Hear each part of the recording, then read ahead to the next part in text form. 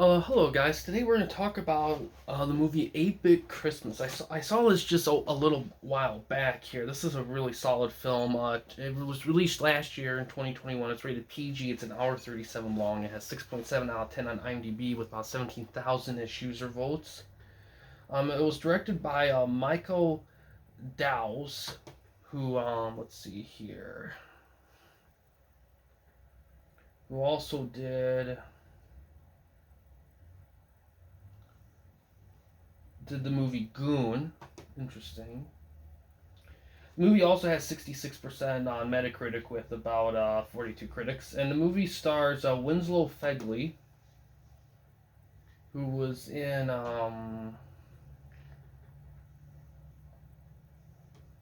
Night Books. And it also stars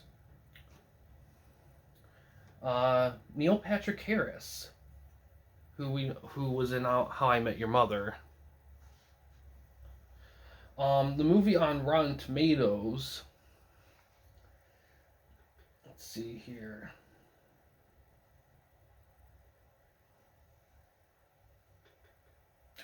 Jeez.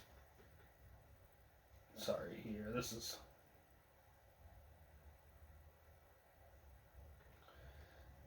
It's being a little spazzy here.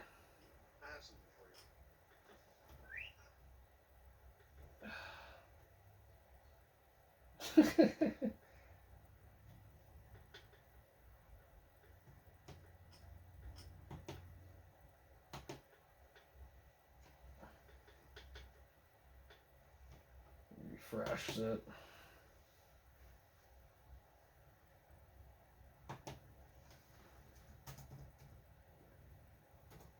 There we go.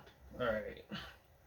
So we had 83% on Rotten Tomatoes with 30 critics for the critic number and 75% by audience as well, 250-ish audience people. The critics' consensus on here is for viewers seeking an undemanding and sweetly nostalgic ode to Yuletide seasons past, 8-Bit Christmas boots up without a glitch. The movie is available to stream on HBO Max. It's available to rent and buy on Apple TV, Amazon, Google Play, YouTube, Vudu, Microsoft Store, DirecTV, and it's available to rent only on Charter Spectrum. The movie was released on DVD in October of 2022. All right, so this is a really solid film. Like this film is really I think this film does a good job of being. Yeah, here's the interesting thing. Like, so what this movie is about is pretty much there's this guy. He's taking his daughter to his grandparent to his family for Christmas, and he decides to show off his NES that he had as a kid. It was still there, and the kid asks about it, and he tells her a story about like the Christmas when he was a kid where he was really hankering for an NES when they were really big and they were freshly came out and stuff. So the movie is pretty much him telling a story about his journey with his friends or whatever, trying to get an NES for Christmas, dealing, repairing stuff. There is some Christmas story elements in it, but I think the movie does plenty enough to kind of make it its own thing, so it doesn't feel like a complete copy. Some people say it, but I don't think. Um, the movie is funny, and it's really well executed in a lot of ways. I think I can't really think of any flaws with it. And it does feel very fresh and original, especially toward the end. The end really feels like something more fresh, that's for sure. I think the only thing to keep in mind with this film is that it is 80s nostalgia. So this it and the thing that's the beauty of this film is that this film doesn't spend like a ton of time flashing you with 80s isms. The stuff takes place in the 80s. It's obvious enough, but it's not to a point where every other second they're blasting you with like, remember this 80s thing? Like some of the other ones do. So it tries to kind of level it a little bit. So it's just not a constant barrage of like 80s. It's a little bit more balanced out. So it has that. So some people may be expecting someone with more of the 80s isms with that stuff, but but it's kept more balanced out. So that's something to keep in mind when watching it.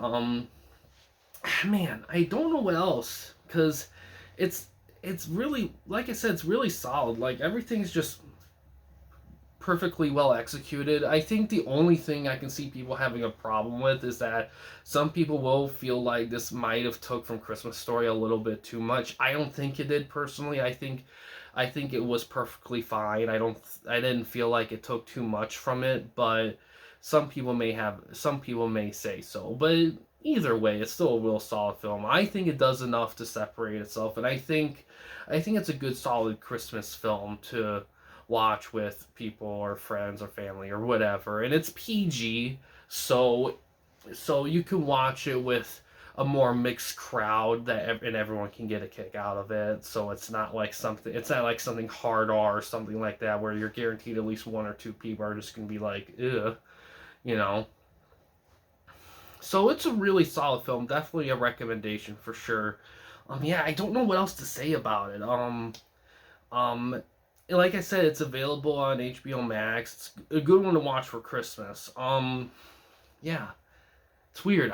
It's weird. I think another thing too that I do like about it is that it does kind of, like I said, it really, really doesn't focus on the 80s-ism. I think what it does a good job with is that it focuses on, like, the chase more than anything. Because as kids, we all were gunning for something as a kid. We all have something we were gunning for. And I think the movie does do a job of that, and the humor in this film's really solid. Like, really, really solid humor for sure. I mean, me and Corey, we watched it at night a little bit ago, and yeah, it was really, really solid in the humor department for sure. So yeah, there's not anything bad about the film at all for sure. I think just keep in mind that if you watch a lot of, and here's the thing, my Corey, she's a Christmas Story fanatic, and she loves that movie to death, and she never said anything about this movie kind of going off Christmas Story. So I don't know. I think it might be a bit of a stretch, to be honest. So that's just something to keep in mind. But overall, solid film. Definitely recommend for sure. But yeah, guys, thanks for watching. In case you want to chat with anyone at the camping company, you don't want to use the YouTube comment section, we do have a couple options. First one is we have a Discord channel. You can find a link to that in the About page / About section of our channel. We also have a community tab in our channel as well. You can access that anywhere at any time. But yeah, guys, thanks for watching. Please subscribe and like the videos, and have a good day.